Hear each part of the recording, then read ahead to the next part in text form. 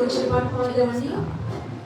యేసు మాతో నీ ఉండగా నేను అలసిపోలేమయ్యా అనే పాటను పాడదాం. యేసు మాతో నీ ఉండగా నేను అలసిపోలేమయ్యా.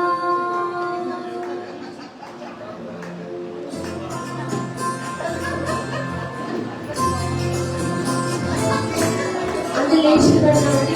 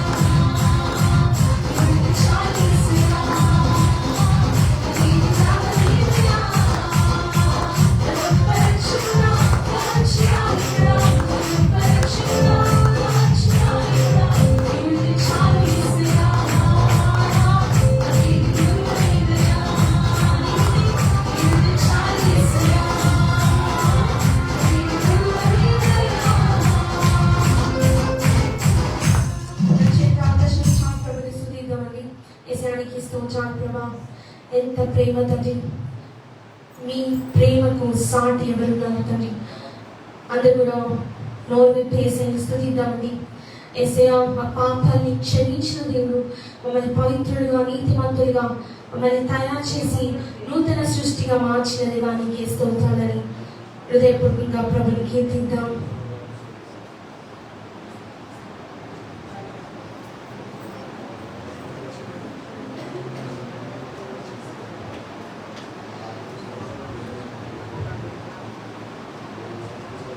హృదయపూర్వకంగా యేసయ్యా నీకే స్తోత్రాలు.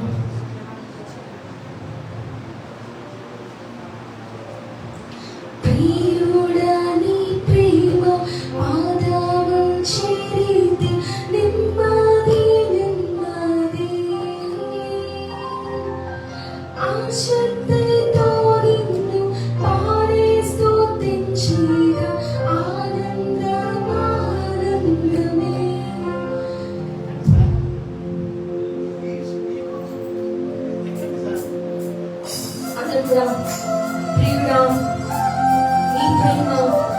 ఎంత గొప్పది తండ్రి.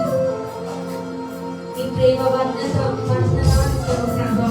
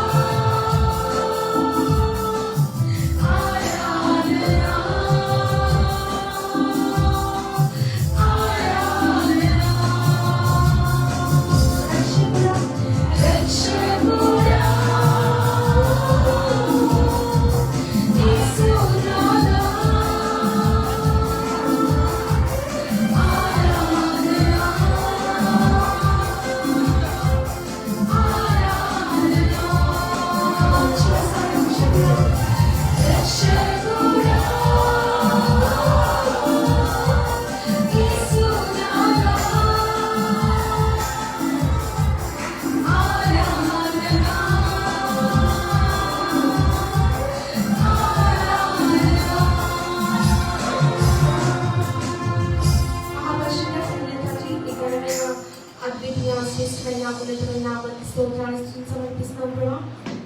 రాజులకు రాజు, ప్రభులకు ప్రభు, జిహాలి మీ నామంలో గొప్ప శక్తి ఉన్నది, మీ నామంలో గొప్ప బలం ఉంది ప్రభా. మేము ప్రకటిస్తున్న ప్రతి మాట కూడా విశ్వాసంతో పలికితే మాకు సమస్తము సాధ్యపరిచే దేవుడు తండ్రి. అసాధ్యమైనది ఏది లేదన్నారు. మీకు మాత్రమే కాదు, మిమ్మల్ని నమ్మిన వారు మాకు కూడా అసాధ్యమైనది లేదన్నారు. నిజమే తండ్రి ప్రభా. నాకన్నా ఎక్కువ కార్యాలు మరి నేను మీరు చేస్తారని అన్నారు. మీ మాట ఎప్పటికీ నిరుద్ధంగా కాదు ప్రభా. మీ కొరకు వాడపడి వారిని సిద్ధపరుస్తారని నమ్మచ్చు. యేసు నామంలో నేను తడిగి వెళ్ళుకున్నాను తండ్రి. ఆమేన్.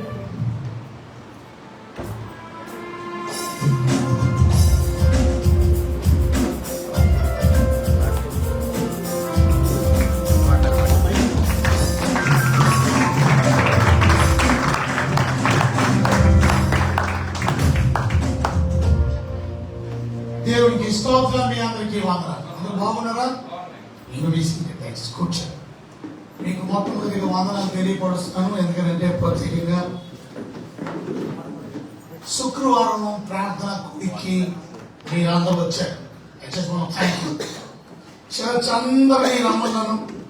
ఇక్కడ నుంచి మా కనుక చాలా సంతోషం. శుక్రవారం అద్భుతమైనటువంటి ప్రార్థనలు జరుగుతున్నాయి. ఆ ప్రార్థనలకి వచ్చినటువంటి మీకు ప్రత్యేకమైన వందనాలు. రేపు శుక్రవారం కూడా జరుగుతుంది. ప్రోగ్రామ్స్ మర్చిపోకండి.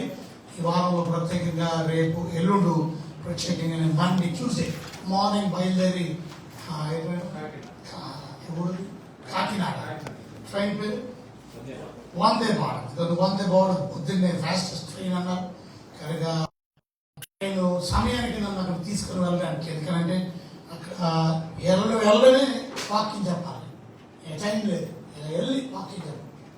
కనుక ఇది ఉదయం బయలుదేరితే ఇక్కడ కాకినాడ నేను ట్రైన్కి వెళ్ళిపోయి అక్కడ వాకింగ్ చెప్పి వాళ్ళ రాత్రి బహిరంగ సభలో వాకింగ్ చెప్పి దాని తర్వాత మళ్ళా నెక్స్ట్ డే మార్నింగ్ కూడా మాట్లాడి వెల్లటూరులో కూడా అద్భుతమైన ప్రేయర్ మీటింగ్లు పెట్టాం. కనుక అక్కడ బుధవారం ప్రార్థనకి నేను రావడమే రైలు బండి దిగడంతోనే అలా ఇమ్మీడియట్ గా అక్కడికి వెళ్ళిపోతాం. సో రావడమే నాతో పాటు మీరు కూడా రావాలనుకుంటే వెల్లటూరు ప్రార్థనకి కూడా రండి. చాలా వందనాలు. వెల్లటూరులో కూడా చెప్పిన మాటకి లోబడి చర్చ్ అందరూ వచ్చారు. మగవారు, ఆడవారు, పిల్లలు, పెద్దలు అందరూ, ఎవ్రీవన్. ఈవెన్ ఉద్యోగాలకు వెళ్ళేవాళ్ళు కూడా టైం అందించుకున్నారు. పనులకు వెళ్ళేవాడు, వ్యాపారాలకు వెళ్ళేవాడు, around time. So thank you for your obedience. శుక్రవారం మనకు జరుగుతుంది. Church was jam pack.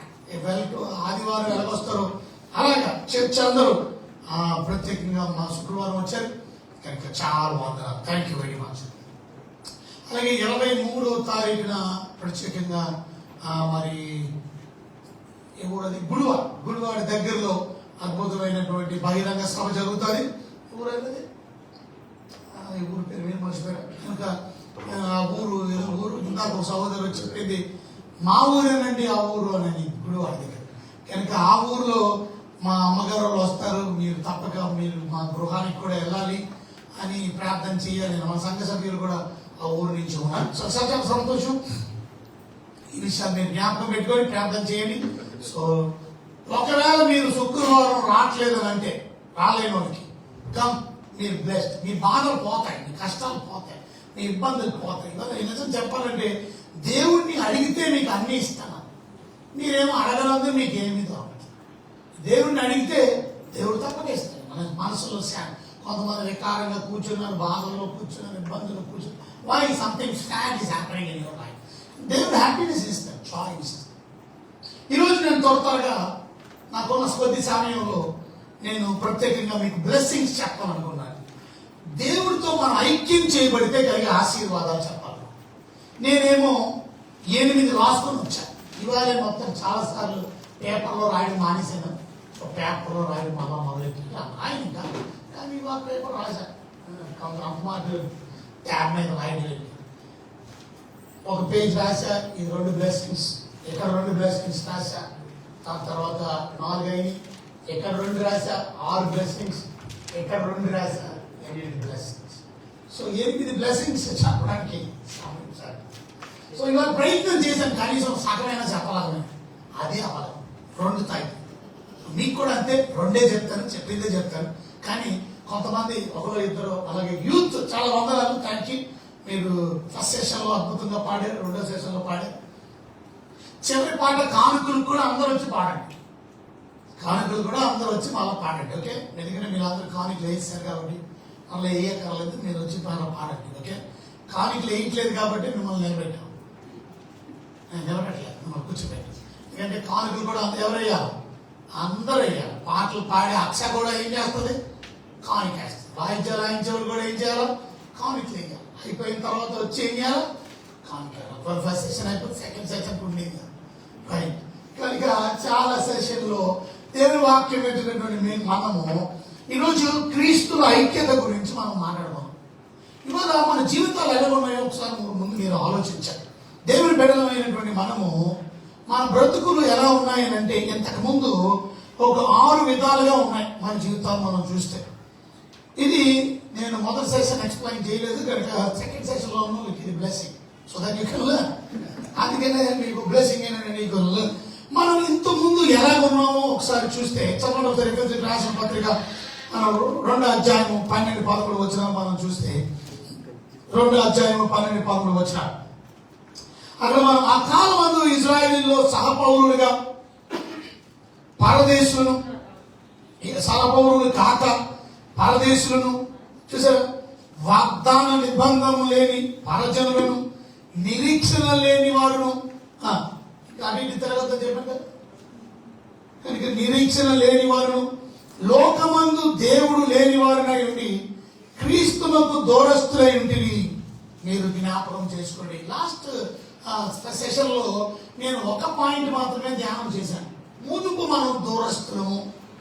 So ఈ విషయాన్ని మనం గుర్తు చేసుకోవాలి. ఇంతకుముందు మనం దేవుడికి చాలా దూరంగా ఉన్నాం కనుక దేవుని బిడ్డలైనటువంటి మనం చూసారా, మీరు గమనించినట్లయితే ఇప్పుడు ఆయన యేసు ప్రభు అనుకోండి, నేను యేసు ప్రభుకి చాలా దూరంగా ఉన్నాను. నేను నా ఇష్టం వచ్చినట్టు బ్రతుకుతున్నాను, పాపంలో జీవిస్తున్నాను, పాపంలో బ్రతికాను, పాపంలో జీవిస్తున్నాను, ఇష్టం వచ్చినట్టు బ్రతికి యేసయ్యకి దూరంగా ఉన్నాను. నన్ను తయారు చేసిన యేసు ప్రభు, నన్ను సృజించినటువంటి యేసు ప్రభు, నా కోసం ప్రాణం పెట్టడానికి వచ్చినటువంటి యేసు ప్రభుని నేను విడిచిపెట్టి నా ఇష్టానుసారంగా దూరంగా జీవించి నన్ను స్వహస్తాలతో తయారు చేసిన దేవుడు, నన్ను నేలమట్టితో తయారు చేసినటువంటి దేవుడు. అలాంటి దేవుడికి నేను దూరంగా నా ఇష్టం వచ్చినట్టు బ్రతికి నా ఇష్టం వచ్చినట్టు నేను జీవిస్తున్నాను. కానీ ఇవాళ దూరస్తులైనటువంటి మనల్ని 12వ వచనంలో 13వ వచనంలో మనం చూసినట్లయితే క్రీస్తుకు దూరస్తులై మునుపు ఆయనను మునుపు దూరస్తులైన మీరు ఇప్పుడు క్రీస్తు నందు క్రీస్తు రక్తము వలన సమీపస్తులై ఉన్నారు. చూసారా, మునుపు దూరస్తులం కానీ క్రీస్తు నందు, అందుకే నేను కావుకున్నాను, క్రీస్తు నందు, క్రీస్తులో, యేసయ్యలో, యేసు రక్తం ద్వారా సమీపస్తులుగా ఉన్నాను. చూసారా, సమీపస్తు, ఐఎమ్ సో క్లోజ్. వాళ్ళు ఎంతమంది క్రీస్తును హత్తుకొని ఇలా జీవిస్తున్నారు? అలా మీరు జీవిస్తే కలిగే ఆశీర్వాదాలు మీతో నేను చెప్పడానికి 8 ఆశీర్వాదాలు రాశాను. క్రీస్తులో ఐక్యం చేయబడడం వల్ల, క్రీస్తులో ఏకం చేయడం. ఇంతమంది దూరస్తుంది, I'm very far away, but now I am in Christ. క్రీస్తులో ఉన్నాను, క్రీస్తు నందు ఉన్నాను, క్రీస్తు రక్తంలో క్రీస్తు నందు 13 క్రీస్తు 13 క్రీస్తు నందు. చూసారు, మునుపు దూరస్తులు క్రీస్తు నందు, యేసు క్రీస్తు నందు, క్రీస్తు రక్తము వలన. 2 మాటలు, క్రీస్తు నందు, క్రీస్తు రక్తం, సమీపస్తులు. Thank you. ఈ సమీపం వల్ల కలుగు ఆశీర్వాదాలు చాలా ఉన్నాయి. మునుపు దూరస్తులం, ఇప్పుడు సమీపస్తులం. ఈ 12వ వచనంలో మనం చూస్తే ఇంకా చాలా మాటలు రాసున్నాయి. ఇంకా మనం చూస్తే అది రాసున్నాయి. ఆ కాలమందు 12వ వచనం, ఇశ్రాయేలీయులతో సహపౌరులు కాక, అది ఇశ్రాయేలీయులతో సహపౌరులు కాక అని అర్థం. అంటే దాని అర్థం ఏంటంటే మనం ఇంతకు ముందు అవుట్ సైడర్స్, ఇశ్రాయేలీయులతో ఇప్పుడు మనం సహపౌరులం అయిపోయాం, అది దాని అర్థం. ఇవాళ ఇశ్రాయేలీయులు ఒక్కడే గొప్ప కాదు, ఇప్పుడు ఇశ్రాయేలీయులతో మనల్ని కూడా ఒకటి చేశాడు. ఇశ్రాయేలీయులతో you are now equal with Israel. అమ్మాయి మా అమ్మాయి. సో ఇప్పుడు మా అమ్మాయి నాకు ఒక్కరితే కూతురు. ఇప్పుడు నాకు ఒక్కతే కూతురైనటువంటి ఈమె మీరు గమనించినట్లయితే ఈమె ఇశ్రాయేలీయులు అనుకోరు. దిస్ ఇస్ అ స్పెషల్ జనాంగం. ఇది నా రక్తం పెట్టి కొనబడిన వారు మాత్రమే కాదు, నేను ప్రత్యేకించబడిన జనాంగం. అబ్రహాం వంశం నుంచి ఏర్పాటు చేసుకున్న జనం, ఒక ఫ్యామిలీ. అబ్రహాం కుటుంబం ద్వారా నేను జెంటైల్స్ ని, అన్యజనుల్ని, అబ్రహాం అన్యజనుడు కానీ యూదుడుగా మార్చి యూదా జనాంగంగా నేను తయారు చేశాను. పుట్టిన వాళ్ళందరూ యూదులు అయిపోయారు. సో అలాంటి యూదులు నేను యూదుల కోసమే వచ్చాను. ఇది నా పిల్ల, అసలైన పిల్ల. కానీ ఏం చేశానంటే ఇలా వీళ్ళందరూ ఇప్పుడు ఎవరనంటే అన్యజనులు. ఇది నా కొడుకు కాదు. కానీ ఇప్పుడు నేనేం చేశానంటే సహపౌరులుగా, అంటే అర్థం ఏంటంటే ఈమెంత నా సొంత కూతురు అన్యుడైనటువంటి ఈ వ్యక్తిని ఇప్పుడు నా ఏం చేశాను, సొంత కొడుకుగా అడాప్ట్ చేసుకున్నాను. ఇప్పుడు ఎవరు నా కొడుకులు కూతురు? ఇద్దరు. అది ఇప్పుడు ఇశ్రాయేలీయులు, వీళ్ళెవరు? అన్యజనులు. ఇప్పుడు అన్యజనులు వేరే లేదు. ఇప్పుడు అన్యజనులు కాదు, మునుపు దూరస్తులు. ఇప్పుడు ఏమైపోయాడు? ఇద్దరు ఫ్యామిలీ. ఇప్పుడు అన్యులు అని కాదు, ఇశ్రాయేలీయులు అని కాదు, ఇశ్రాయేలీయులని అన్యులని తేడా లేదు. ఇద్దరిని సహపౌరులుగా దేవుడు చేసిన. ఇంకా నేను చెప్పొచ్చు కానీ టైం లేదు. సహపౌరులు అంటే అర్థం ఏంటంటే అన్ని కొడుకుగా చేసినప్పుడు మా అమ్మాయికి నేను ఎంత ఆస్తి ఇస్తానో నా కొడుకు అయినటువంటి ఇప్పుడు వీడికి కూడా అంత ఆస్తినివ్వాలి. అదే అర్థం. నేను నా కూతురికి ఎంతగా ప్రేమిస్తాను, వాడు నా కొడుకే కాబట్టి ఇప్పుడు అంత అది చేసేసుకోవడం దేవుడు. అదే అర్థం. ఇంతవరకు నువ్వు దూరస్తులు, ఇప్పుడు నువ్వు సమీపస్తులు. ఇశ్రాయేలీయులు, అది మాట అక్కడ రాసింది. ఇశ్రాయేలీయులతో సహపౌరుడు కాక ఉన్నాం. ఇంతకుముందు సహపౌరులు కాదు, ఇప్పుడు దేవునికి మనం సహపౌరులు. ఇంతకుముందు ఎలా 11వ వచనం చదివితే ఇంతకుముందు మనం కాబట్టి మునుపు శరీర విషయంలో అన్యజనులై ఉండి, మునుపు అన్యజనులు నవ్వు మీరు సహపౌరులై ఉండలేరు. చూసారా అక్కడ రాసింది 12వ వచనంలో ఇశ్రాయేలుతో సహపౌరులుగా కాక ఇంకా మరి ఎలా ఉన్నారు? పరదేశులుగా ఉన్నారు. ఇంకా ఎలా ఉన్నారు? అన్యజనులుగా ఉన్నారు. నెక్స్ట్ 3వది అక్కడ రాసింది 12వ వచనంలో వాగ్దాన నిబంధన లేని పరజనులు. ఇంతకుముందు మనం ఎలా అంటే వాగ్దాన నిబంధన లేని వారు. నిబంధన లేదు, మనతో ఆయన నిబంధన చేసుకోలేదు. అందుకే మీరు గమనించడం లేదో 2 నిబంధనలు మన బైబిల్లో కనబడతాయి. ఒకటేంటి? పాత నిబంధన, ఒకటి క్రొత్త నిబంధన. సో పాత నిబంధనలో దేవుడు ఇశ్రాయేలీయులకి నిబంధన చేసుకున్నాడు, నా జనం. క్రొత్త నిబంధనలో అన్యజనులైన మనకి నిబంధన చేసుకున్నాడు. ఆయన రక్తములో కడిగి మీరు కూడా నా జనులైపోయారు, మీరు కూడా నాతో పాటు పరమేశ్వరుడు. వాగ్దాన నిబంధన లేని పరజనులు. ఇంకా రాసింది నిరీక్షణ లేని వారు. హోప్ లేదు మనలో. ఇంతకుముందు నిరీక్షణ లేదు, ఇప్పుడు ఎవరు చెప్పండి? హోప్ కలిగిన వారు. నిరీక్షణ లేని వారు, ఇప్పుడు నిరీక్షణ కలిగిన వారు. ఇంకా రాసుంది ఇంతకుముందు లోకమందు దేవుడు లేడు, లేక దేవుడు లేని వారమై ఉండి. ఇంతకుముందు మన పరిస్థితి ఇది. దేవుడు లేకుండా బ్రతికేవారు. దేవుడే లేడు మన జీవితాలు. అది అందుకే మన ఇష్టానుసారంగా మనమే దేవుళ్ళు వెళ్ళాం. మనం చెప్పినట్టు మనం నడిచాం. నా ఇష్టం వచ్చినట్టు నేను బ్రతుకుతాను. Because you are not control under God. దేవుడు నీ గాడ్ కాదు కనుక వాడు ఇష్టం వచ్చినట్టు బ్రతికారు, వాడు ఇష్టం వచ్చినట్టు జీవించారు. అందువల్ల వారికి వారే దేవుళ్ళు అయ్యారు. ఇంతకుముందు మనం దూరస్తులై ఉంటుంది. 5 విషయాలు ఇక్కడ కనబడతాయి. మొదటిదే ఇంతకుముందు ఇశ్రాయేలీయులతో సహపౌరులు కాక. ఇప్పుడు చెప్పండి, ఇప్పుడు ఎవరో మనం ఇశ్రాయేలీయులతో సహపౌరులు. 2 ఇంతకుముందు మనం పరదేశం, ఇప్పుడు యేసుకి పిల్లలు అయిపోయాం. పరదేశం అంటే ఫారినర్స్. ఇప్పుడు మనం యేసే చిల్డ్రన్ అయిపోయాం. 3 ఇక్కడ రాస్తుంది వాగ్దాన నిబంధన లేని పరజనులు. ఇప్పుడు వాగ్దాన నిబంధన కలిగిన దేవుని బిడ్డలు.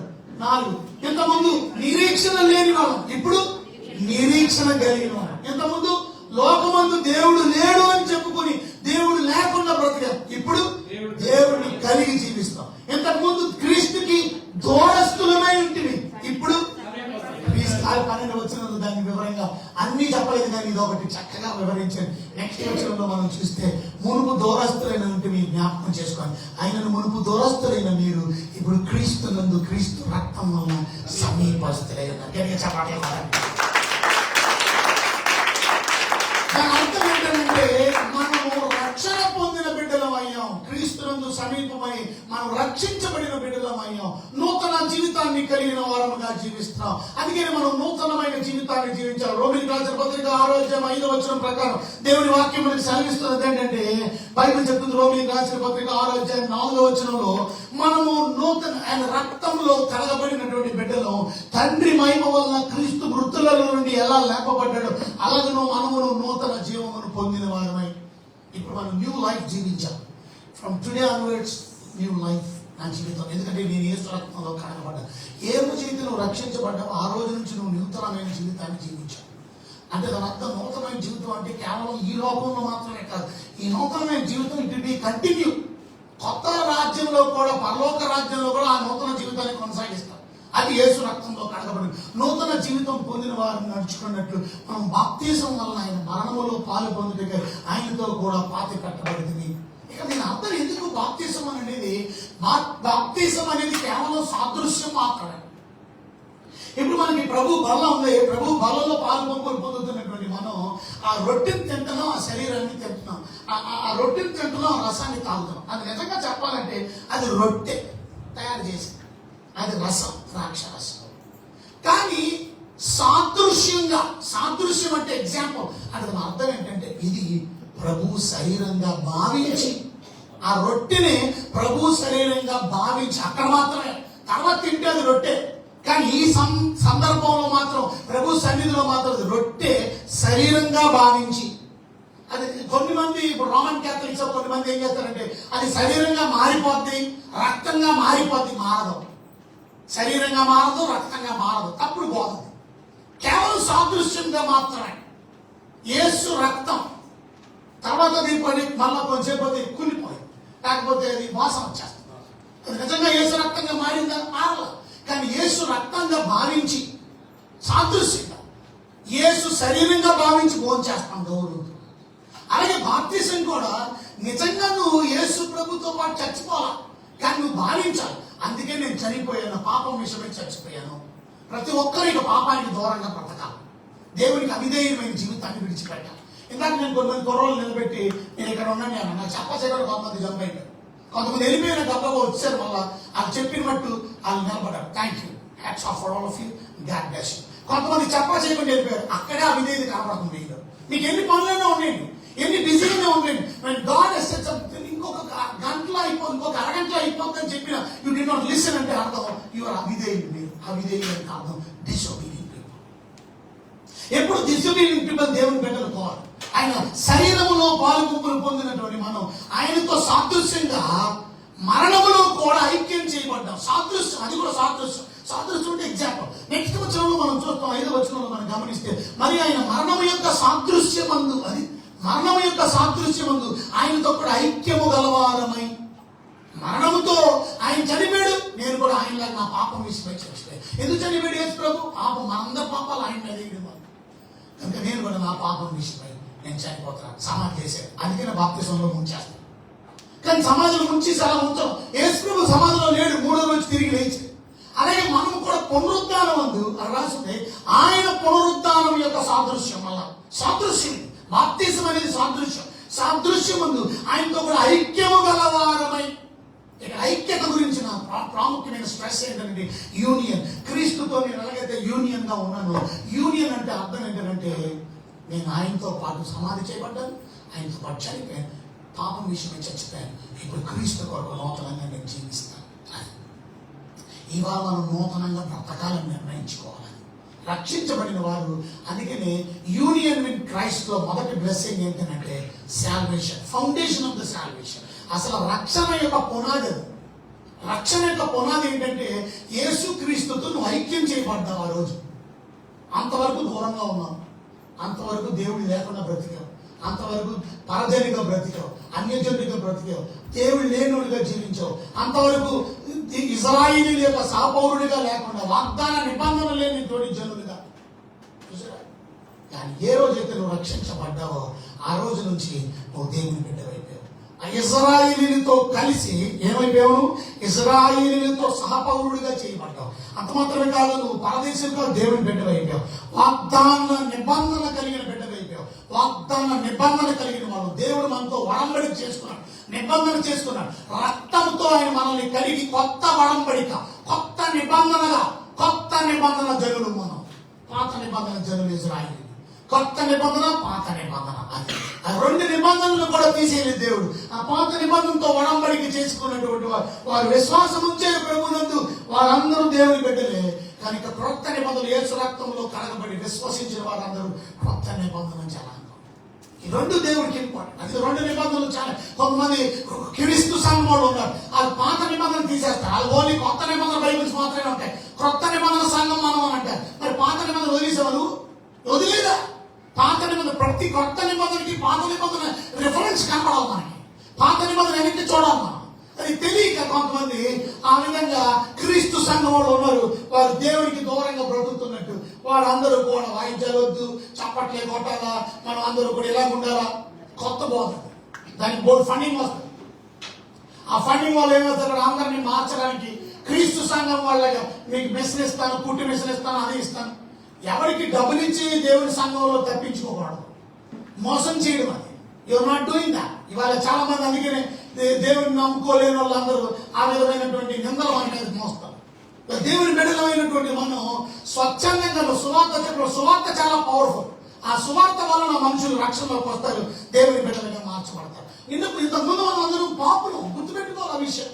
కానీ ఒక్క మనుషులు చేసిన పాపం వల్ల, ఆ రాసిన బైబిల్ గ్రంథం రోమిలికి రాసిన పత్రిక 5వ అధ్యాయం 12వ వచనంలో మనం చూస్తే, ఒక్క మనుషులు చేసిన పాపం, ఆ ఒక్కడి అవిధేయత వలన మనం చూస్తే, ఆ ఒక్కడి ఇట్లుండగా ఒక మనుషుని ద్వారా పాపం ద్వారా మరణం లోకంలోకి ప్రవేశించి ఒక్క మనుషుడు, ఆ మనుషుడే ఆదాము. అతని వల్ల మనం అందరూ పాపులం అయిపోయాం.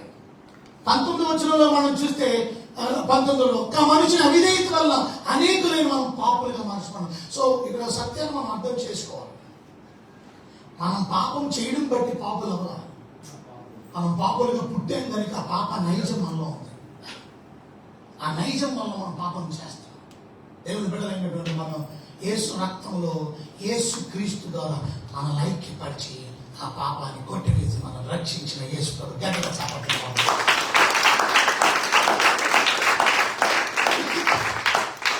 ఇక రెండో ఆశీర్వాదాన్ని మనం చూసినట్లయితే, దేవుని బిడ్డలైన మనం 2 కొరింథీయులకు రాసిన పత్రిక 5వ అధ్యాయం 17వ వచనం మనం చూసినట్లయితే, రక్తములో కొనబడినటువంటి మనం దేవుని బిడ్డలు అయ్యాం. అంత మాత్రమే కాదు, క్రీస్తు యేసులోకి రావడం వల్ల మనం అందరం క్రొత్త సృష్టి అయిపోయాం. బైబిల్ చెప్తుంది, ఎవడైనా క్రీస్తు నందు ఉన్నాయల్లా. ఇందాక నేను కౌగిలించుకున్నానంటే అర్థం ఏంటంటే, నేను క్రీస్తులోకి వెళ్ళిపోయాను. ఎవడైనా క్రీస్తు నందు ఉన్నాయల్లా వాడు నూతన సృష్టి, పాతవి గతించాలి. క్రీస్తులో ఉన్నాం మనం, అది గుర్తుపెట్టుకో. క్రీస్తులో ఉండి మనం జీవించాలి. అందుకనే ప్రభు బలాన్ని కూడా చాలా భయముతో మనం ఆచరించాలి. ఇది బ్లెస్సింగ్, అది ఆశీర్వాదం. మొదటి కొరింథీయులకు రాసిన పత్రికలో మనం చదివితే, కొరింథీయులకు రాసిన పత్రిక 10వ అధ్యాయం 16వ వచనం మనం చదివినట్లయితే, దేవుని బిడ్డలమైనటువంటి మనం ఆయన బల్ల ఆశీర్వాదం దీవించు ఆశీర్వచనంలో పాత్రలోనిది త్రాగుట, క్రీస్తు రక్తములో పాలు పుచ్చుకుంటేయే కదా దీవించే పాత్రని. క్రీస్తు రక్తంలో పాలు పంపుకుంటాం, క్రీస్తు శరీరాన్ని, ఆయన రొట్టెని తినుతాం. చూసారా, దేవుని బిడ్డలో ఆయన మనం ఆయన శరీరాన్ని తిని ఆయన రక్తాన్ని త్రాగుతున్నామా? రక్షించబడిన మనం ఆయనలో ఉన్నాం, ఆయనలో బాధి పెట్టబడ్డాం, ఆయనలో మనం సమాధి చేపట్టాం, ఆయనలో తిరిగి లేచాం. కనుక ఆయనతో మనం జీవించవలసిన ఆవశ్యకత ఉన్నది. దేవుని బిడ్డలంగా ప్రభు బలని గౌరవిస్తున్నావా నువ్వు? Are you partaking the holy communion?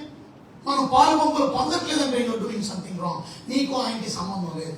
నువ్వు ఆయనలో లేవు అని అర్థం. ఆయనలో లేవు అని అర్థం.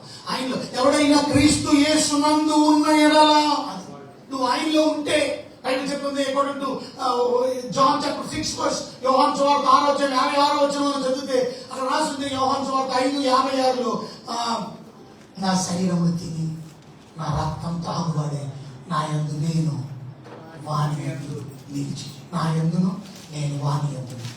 త్రాగువాడు నాలో నివసిస్తాడు, నేను వానిలో నివసిస్తాను. అలా ఎంత గొప్ప విషయం అంటే, మీరు దేవుడిలో ఉన్నారా? దేవుడు మీలో ఉన్నాడా?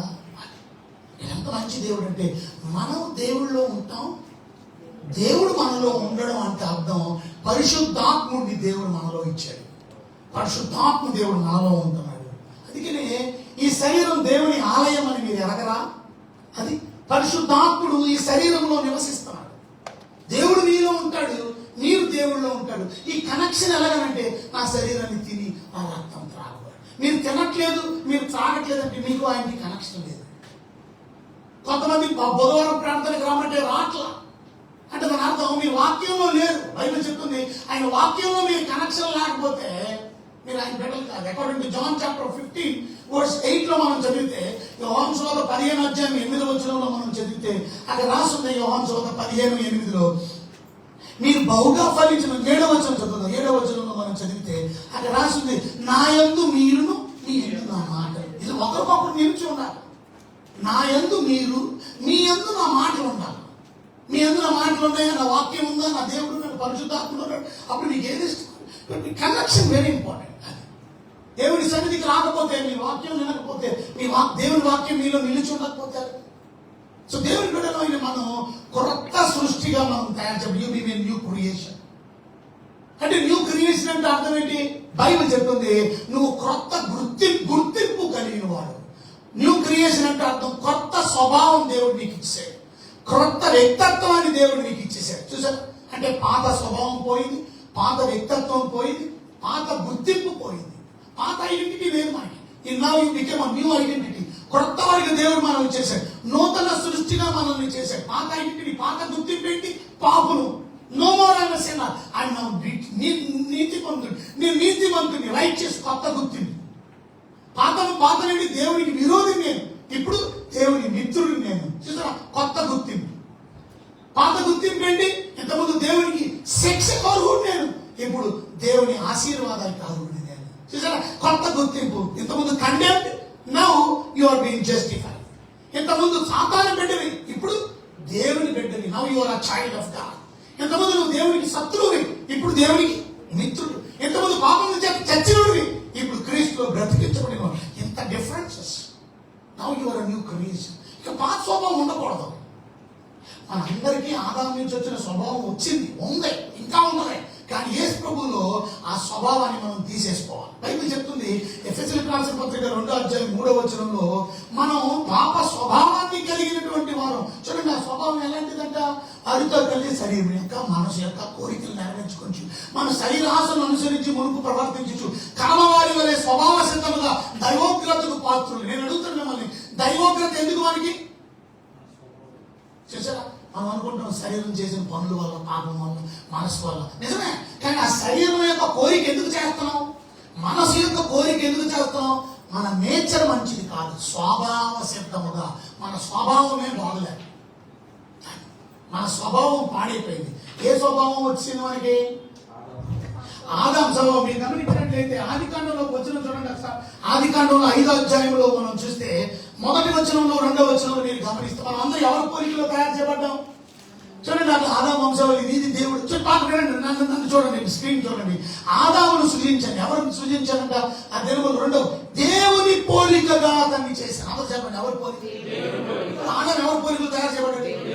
అంటే దేవుడి స్వభావం వచ్చింది అతనికి. దేవుని పోలిక అంటే స్వభావం అంటే దేవుడిలా ఉన్నాం మనం. దేవుడికి అసలు రూపమే లేదు మనం దేవుడిలా ఉండడానికి. దేవుడు ఆత్మస్వరూపి, ఆత్మకు రూపమేది? దేవుడు రూపంలో ఉన్నాడు. కానీ మనల్ని దేవుడి స్వరూపం అంటే ఆయన ఇమేజ్, ఆయన పోలిక, అంటే ఆయన గుణగణాలు, ఆయన స్వభావం, ఆయన నీతిమంతుడు. ఆయన గుణగణాలన్నీ రేపు ఈ డాక్టరింగ్ క్లాస్ లో నేర్పిస్తాడు. ఆయన గుణగణాలు, అట్రిబ్యూట్స్ నేర్చుకుంటాం. సో అట్రిబ్యూట్స్ నేర్చుకోవాలంటే ఆయన దగ్గర రావాలి, వస్తే నేర్చుకోవచ్చు. ఆయన ఎవరో తెలుసుకోవడం. కనుక ఆయన గుణగణాలు నేను సృజించాను. నెక్స్ట్ వచ్చాం రోజు మగవాడు ఆడవాడిని. ఒక ఆయన అన్నాడు ఆడవాళ్ళు అసలు దేవుని సృష్టిలోనే లేరంట, దేవుని ప్రణాళికలో లేరంట.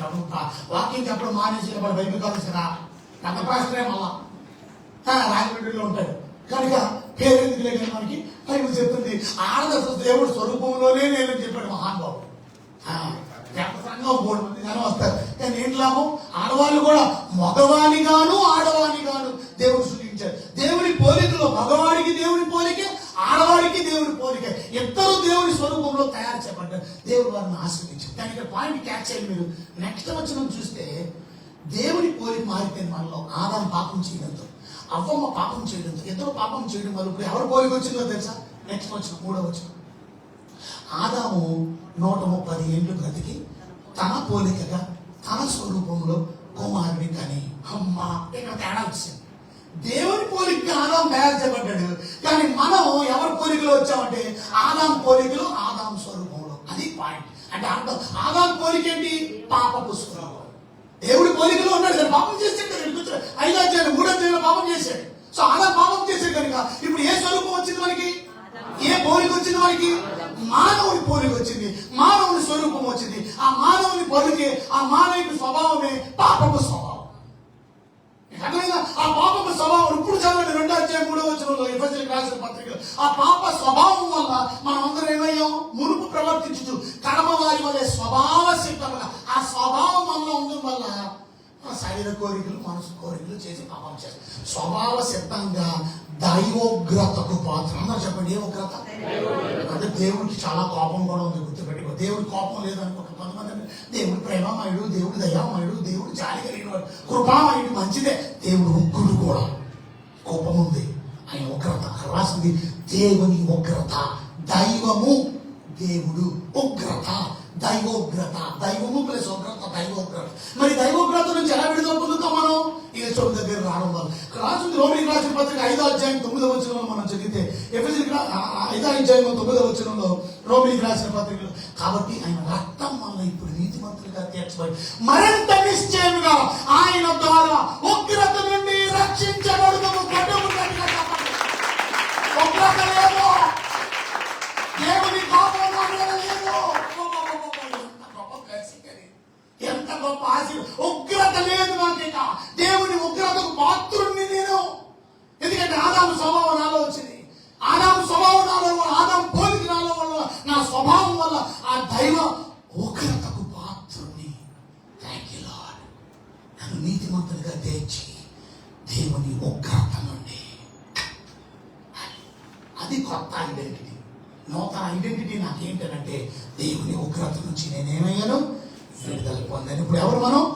దేవుని కుమారుడు. యోహాను సువార్త 1వ అధ్యాయం 12వ వచనం మనం చదివితే, జాన్ చాప్టర్ 1 verse 12 అక్కడ రాసింది, ఎందరు అంగీకరించారో వాళ్ళందరికీ దేవుని పిల్లలయ్యే అధికారాన్ని దేవుడు ఇచ్చాడు. ఇంతకు ముందు బ్రతుకు వేరు, ఇప్పుడు బ్రతుకు వేరు. ఉదాహరణ చెప్పాలంటే, మిమ్మల్ని జైల్లో పెట్టారనుకో, సబ్ జైలు కాకుండా నేను జైల్లోనే పెట్టారు. రాజమండ్రి నుంచి వచ్చి రాజమండ్రి జైల్లో నీకు నెంబర్ ఇస్తాను, నీకు తెల్ల బాటలు ఇస్తాను. నీకు ఖైదీ నెంబర్ 1, ఖైదీ నెంబర్ 2, ఖైదీ నెంబర్ 205 నీకు నెంబర్ ఇస్తాను. ఇప్పుడు నేను విడుదల చేశారు, నువ్వు కేసు కొట్టేశారు. ఇప్పుడు నువ్వు విడుదలయ్యి నువ్వు డ్రెస్ వేసుకోవడం మాని సాగిస్తాను, బయటకు వచ్చావు. ఎలా ఉంటుందో చెప్పు. బయటకు ఎవడో ఫోన్ చేసి, ఏమండి ఎవడో బయటకు వచ్చేటండి, రోడ్డు మీద తిరుగుతాడండి, అది ఖైదీ నెంబర్ 2 అని ఖైదీ నెంబర్ 5 అని ఉంది సార్ బోర్డు అని. మళ్ళీ పోలీసులు పట్టుకుని లోపల వేసాము. అరే నువ్వు విడుదల అయిపోయావు? అయిపోయానండి. మరి మళ్ళీ ఇంటరా డ్రెస్ తీయలేదే. ఇవాళ పాత జీవితాన్ని విడిచినట్టు ఇంకా పాత స్వభావమే నీకుందా? రక్షణ వస్త్రం డ్రెస్ వేయలేదా? ఇంకా పాత స్వభావం, పాత నైజం, పాత కోపం, పాత ద్వేషం, పాత బూతులు, పాత వైఖరి, పాత విగ్రహారాధన, పాత బతుకు మారలా. ఇంకా కొత్త జీవితం రాలేదు. ఇంకా నువ్వు రాయల్ ఫ్యామిలీకి ఎలా ఎంటర్ అయిపోయావు, రాజ మార్గంలోకి వచ్చావు, దేవుని సన్నిధిలోకి వచ్చావు. కొత్త ఐడెంటిటీ, కొత్త గుర్తింపు, కొత్త స్వభావం. ఏది? 2 బ్లెస్సింగ్స్. దేవుని బిడ్డలమైన మనం, రక్షించబడిన మనం, యేసు ప్రభుతో ఐక్యం చేయడం వల్ల రక్షణ అనే అనుభవాన్ని పొందాం. ఫౌండేషన్ మనకి కలిగింది. 2 దేవుని బిడ్డలుగా మనకి నూతనమైన సృష్టిగా మార్చారు. క్రియేషన్. లేచి నిలబడదాం. ప్రభు బాల దగ్గర తీర్మానం చేసుకున్న మన జీవితాలు చక్కగా ప్రభు కృతజ్ఞతాసులు చేసిన ఈ కొరగాన్ని నన్ను జ్ఞాపకం చేసుకుంటే ఆ ప్రకారమే పోయింటే మన పాత్ర ఎత్తుకొని ఈ పాత్రల రక్తములను ప్రోత్సహించాలి. దీంట్లో త్రాగనపడాలి. ప్రభు శరీరాన్ని ప్రభు రక్తములను గ్రహించి యోగులైన రీతిలో ప్రభు బలలో పాలు పొందడానికి మీ జీవితం చక్కవచ్చు. ప్రభు బలం అందించోడండి.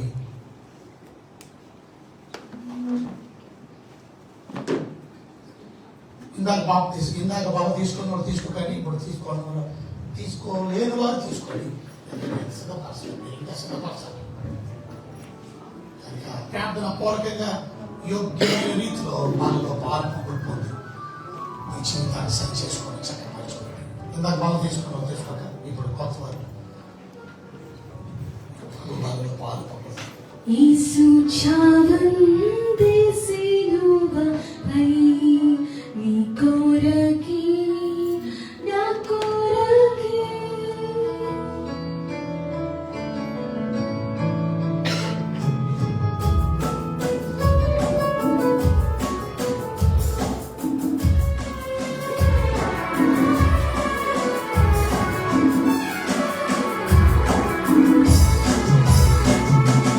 యేసు చావందే సిలువపై నీ కొరకే నా కొరకే ఎంత గొప్ప సేవను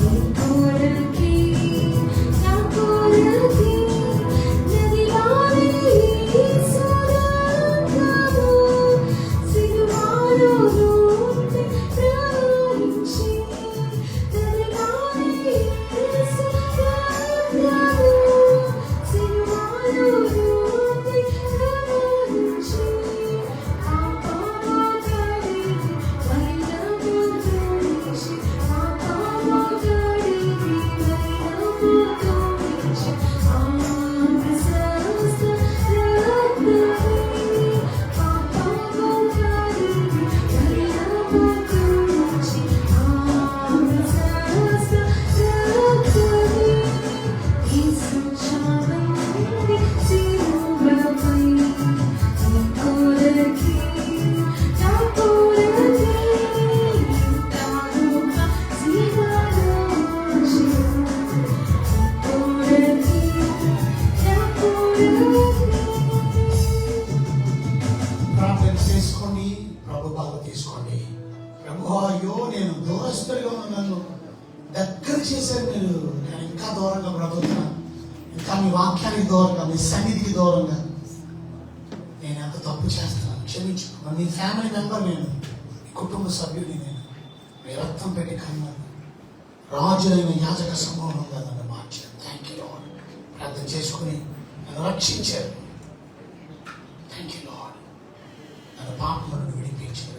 నీ బిడ్డగా జీవిస్తాను. ప్రార్థన చేసుకొని ప్రభు బాగా తీసుకోండి.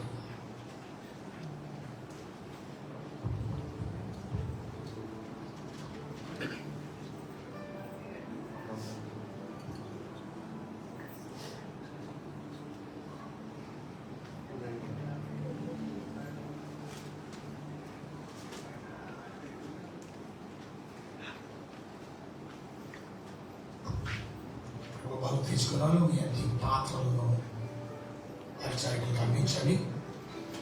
విలువైన కానుకలు ఆయన కొరకు సమర్పించుకునే సమయం కానీ కవర్ మీకు ఇవ్వబడతాయి. విలువైన కానుకలు ఆయన పరిచయ కొరకు ఆయన సేవ కొరకు సమర్పించారు.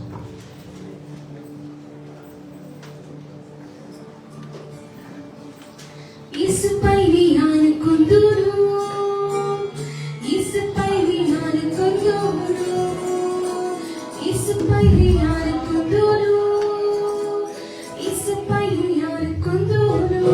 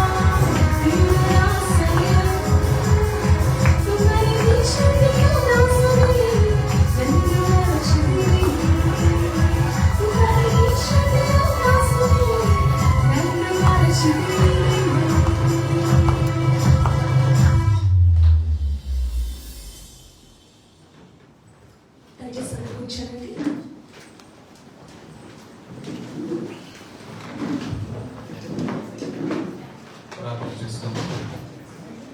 దేవుడు ఈ యొక్క రిప్రజెంటేషన్ కూడా దేవుడు మాట్లాడినందుకే ప్రార్థిస్తాం. పరిశుద్ధులైన తండ్రి, ప్రేమ కలిగిన ప్రభా, నీకు వందనాలు స్తుతులు నాయన. నిజంగా ప్రభా, క్రీస్తులో మేముంటే, ప్రభా మీలో మేముంటే మాకు కలిగే ఆశీర్వాదాలు ఈ రోజు నాయన మేము విన్నాం ప్రభా. ఆయన ఎంత గొప్ప దేవుడు ప్రభా. ఒకప్పుడు మేము మీకు దూరస్తులము, కానీ ప్రభా మీరు మమ్మల్ని సమీపస్తులుగా ప్రభా మాకు రక్షణని వస్త్రాన్ని అనుగ్రహించావు ప్రభా, నూతన జీవితాన్ని అనుగ్రహించావు ప్రభా. నాయన మీరు మాకు ఇశ్రాయేలుతో సహ పౌరులుగా ప్రభా మీరు మమ్మల్ని కలిపినందుకు కొరకై నీకు వందనాలు ప్రభా.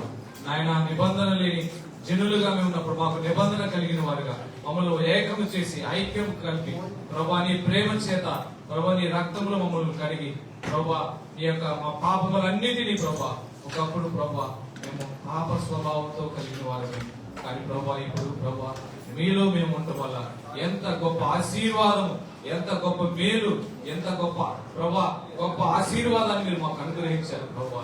నాయన నీకు వందనాలు.